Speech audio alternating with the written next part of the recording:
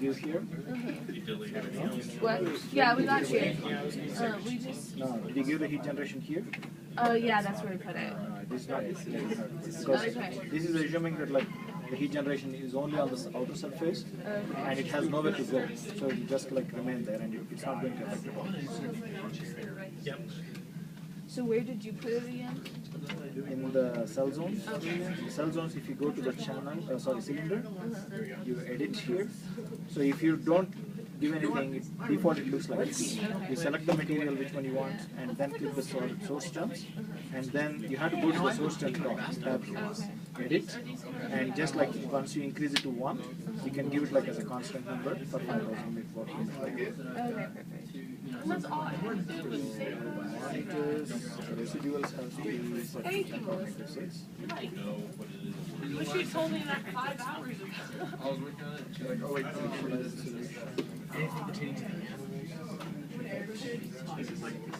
Yeah,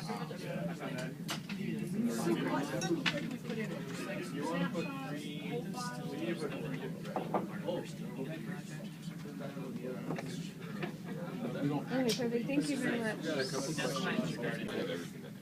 If it's really long, Do it verbatim.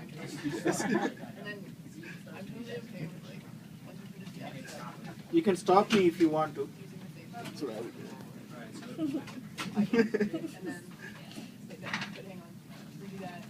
I'll trust you will do it in like 5 seconds.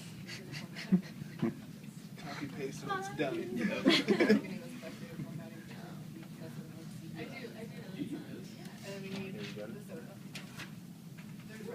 I got it.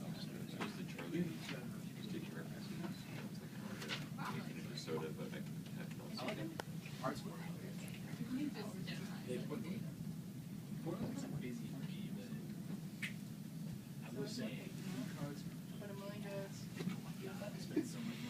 So the abstract, can you do the Yes, very simple. I think we gotta find Abstract's a little bit different. I know. Yeah. Wait a minute.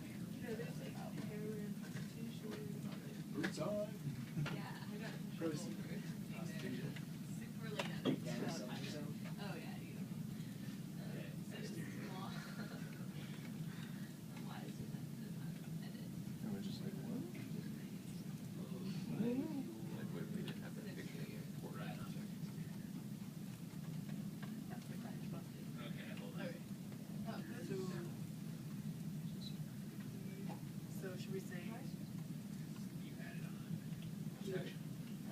We use weed, right?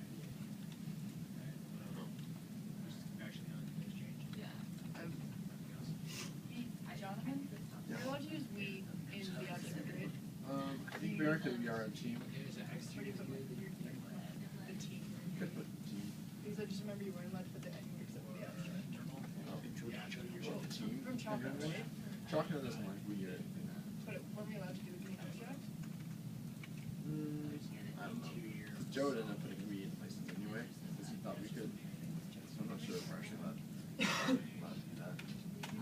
I try to stray away from I we. don't use it at all when I'm writing any technical papers. That's just a personal thing. I don't even know it's ever ditched me because I don't ever do it. So. I just remember someone saying it was also in the abstract. That's what I did. I'll ask. It's fine. When in doubt, just We just usually. Okay, so. Sardine. This looks like. Yeah. Wait, that's better. That's better. There we go. I helped. Okay. I see crazy. Police reform. but then it just closes it.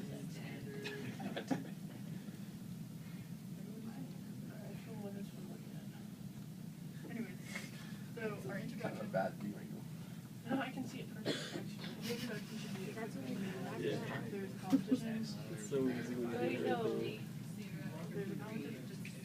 Wait, what did you do? I changed it to number of divisions rather than element size. Okay. Because like I asked you guys to make it like 50 elements on both the circuits. So that's how you do it. Number of divisions. That's under edge sizing? Yeah. The same parameters for the sizing.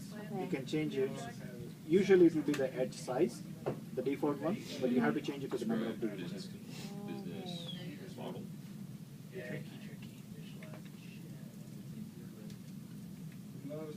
And then for the mapping, I select this face. Okay, so you do Okay, that. and say apply.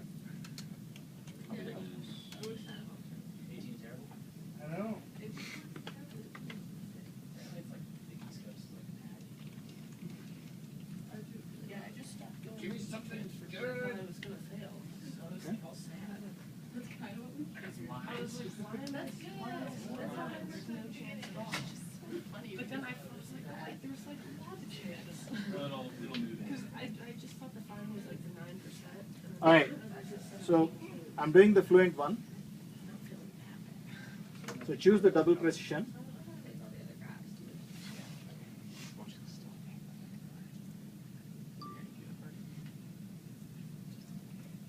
Check the mesh just in case. In the models, use the energy model, energy equation. For the materials, you have to add copper.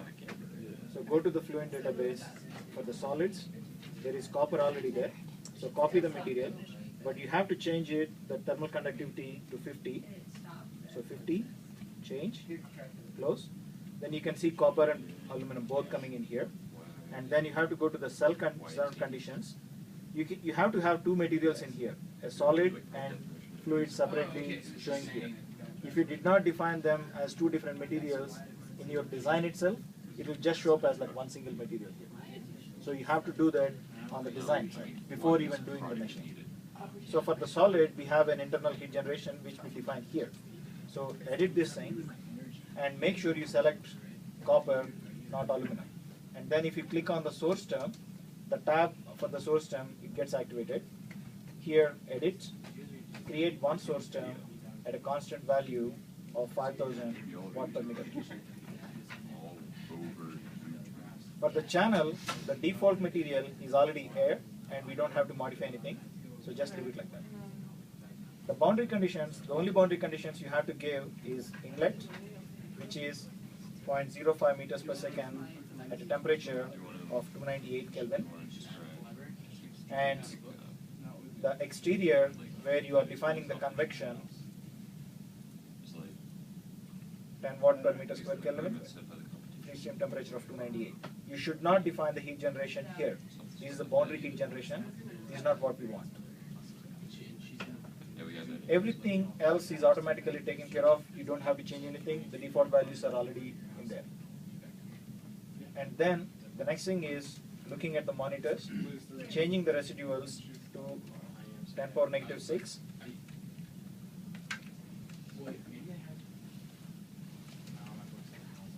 The energy one is already at 10 power negative 6, so you don't need to worry about that. Initialize the solution, standard initialization from the inlet. You can see the inlet values. Initialize, run the calculation. You can use like 200 iterations. It usually is done within 160 or 170 something. Calculate. Well, it's only been 7 years. Stops at the 2. But that's what it's like. Oh no, that's fine. It's not supposed to be that close, but.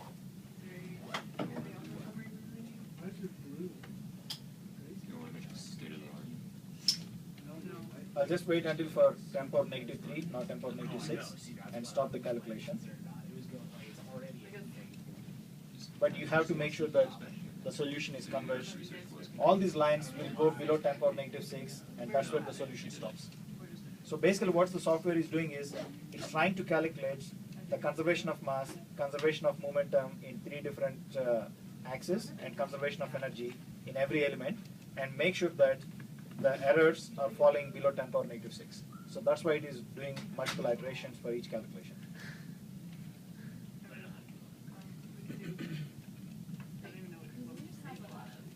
Just mention that you fourth day or research wasn't there. Say that? I just see the iteration. Yeah. One more thing, if it so happens that the solution is just continuing without like going down, if it is like becoming like a flat line, something is wrong and you have to stop it there, or else like it will never converge. But right now you can see the numbers going down, so just let it continue.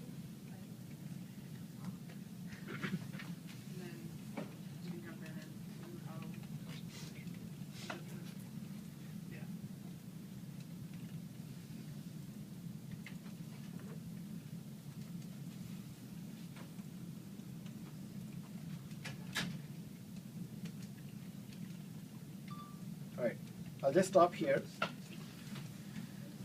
So I'm assuming the solution has converged. The next steps you have to do is look at your solution using your graphics and animation. So, but remember, it only gives you good pictures, but it doesn't give you any qualitative results. So if you just want to see like how the profiles look like, set up your contours, and if you are interested in the temperature profiles, select temperature. You can use the filled in option and select like which objects you want to select. The first tab, it selects all of them, and the second one, it unselects all of them. So if I'm just interested only in the channel or only in the solid, like I can select only the channel and ask it to display. It will select, show only the profiles on the display.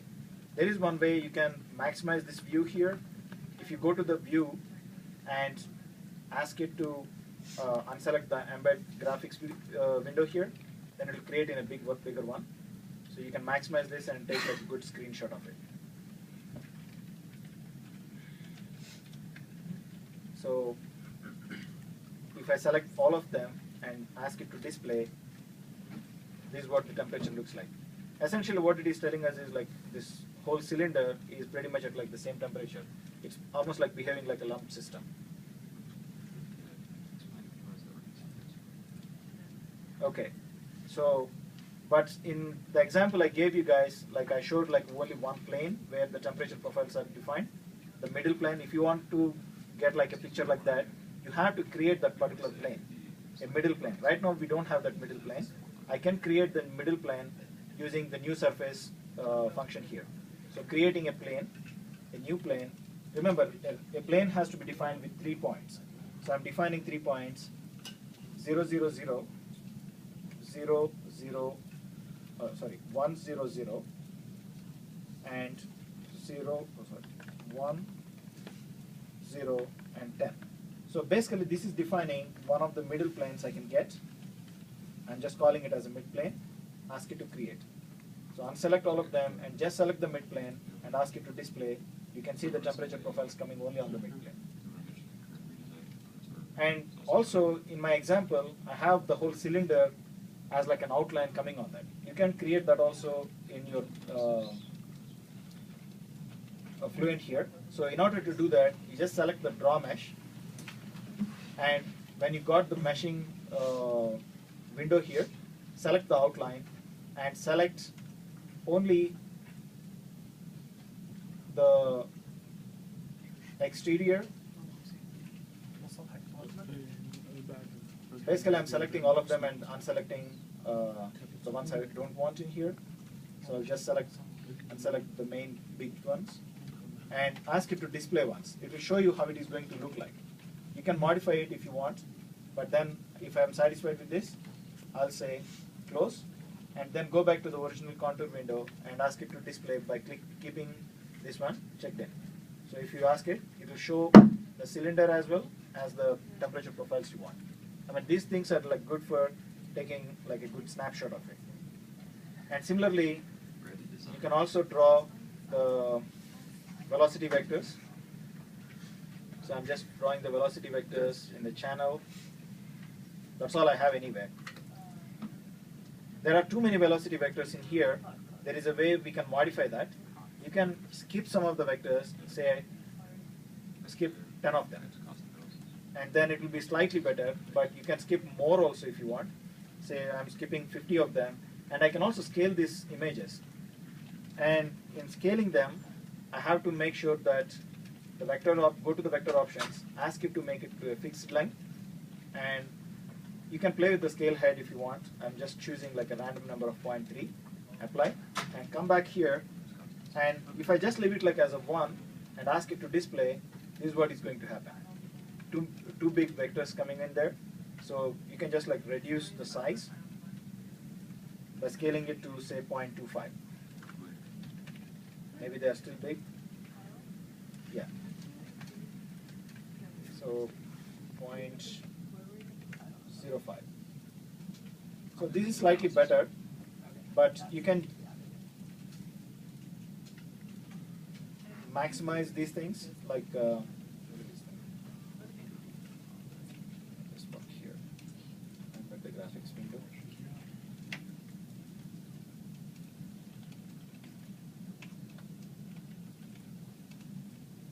So anyway, so you can play with the vectors options also. But the last thing, which is like where you collect the data, this is what the plots do. So you can select the plots in the XY plot, set it up, and I want to measure the temperature profiles at different radii.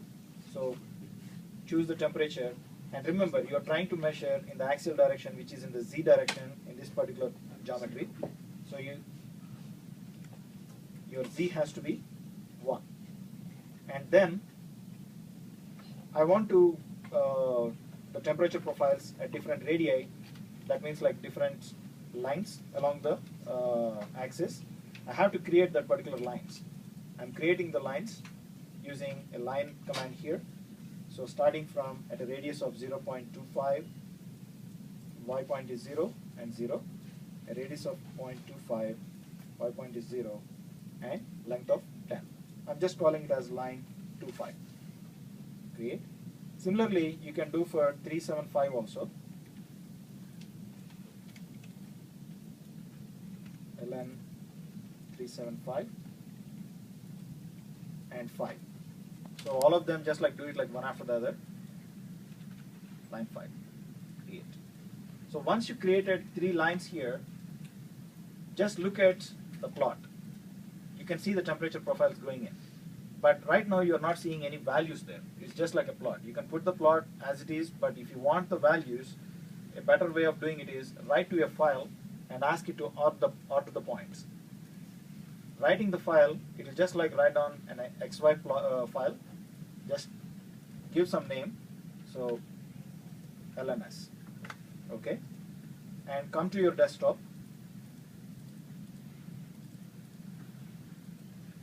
Use Microsoft Excel to open this thing. Computer, desktop, all files, lines, open, delimited with a space, next, finish. Then what you can see here is the coordinate like as towards the Z direction from 0 to 10 as it is increasing, and right next to that the temperature values. They are already ordered there. The first one is at 0.25.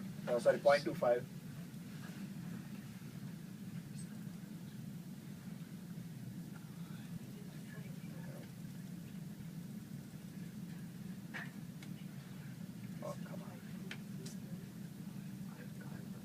I have dual monitors. Anyway, so you just have all the 3 lines data which is already in your Excel file. So you can just like modify this data, put it into correct format, and make your own graphs also. I strongly recommend against using the fluent graphs. They don't give any information. They have unnecessary big squares coming in there. Like for example, that line is too thick and it's not like almost like they're too close. It's not giving any information. One more thing you can do is you plot these 3 lines using Excel or MATLAB or something between 0 and 10. But most of the important information is in the beginning, so try to draw from 0 to 1 in a separate plot. Right next to that, just like show how these temperatures are increasing between 0 to 1 also, because that's where most of the action is. After that, it's like pretty much flattening out. Alright? So do the same thing for different radii also. Not radii, but different. What else I asked besides this thing? Is it the only temperature profile I asked? 3 different radii. That's what we just did. It's like 0.5 and 40 seconds. You got the one thing where it Yeah. says that, and the other thing you said something about 0.25, 0.375, and 0.5, and here it says 0.5. But yeah, that's like a typo. It should read like the same radii which has like on the top. Okay, so you want the ones that you entered, the 0.25? Yeah. equals this and stuff? So there is one more thing. Like right now, this graph what is giving is not a normalized one. So you have to extract the data onto the Excel file to normalize the data. Okay. So how do you normalize this thing? Like, so if I have like a data like this one, I can normalize this one using B5/298. I'm just normalizing with respect to a free stream temperature of 298. So I can go like that. Okay? Did you go So all over of that them one more are time? just like right above like 1. That's what you have to do in the normalization. Right? One more time, could you repeat the process, the normalizing? Oh, like I mean, once you get into the Excel file, Yes? right next to the temperature values, divide each temperature value with 298, Oh, so that which is the free stream temperature. oh, And then you get like a normalized values just right above the 1. and then we graph the normalized one. Yeah. Oh. Okay. Is it clear for everyone? Yes. All right. How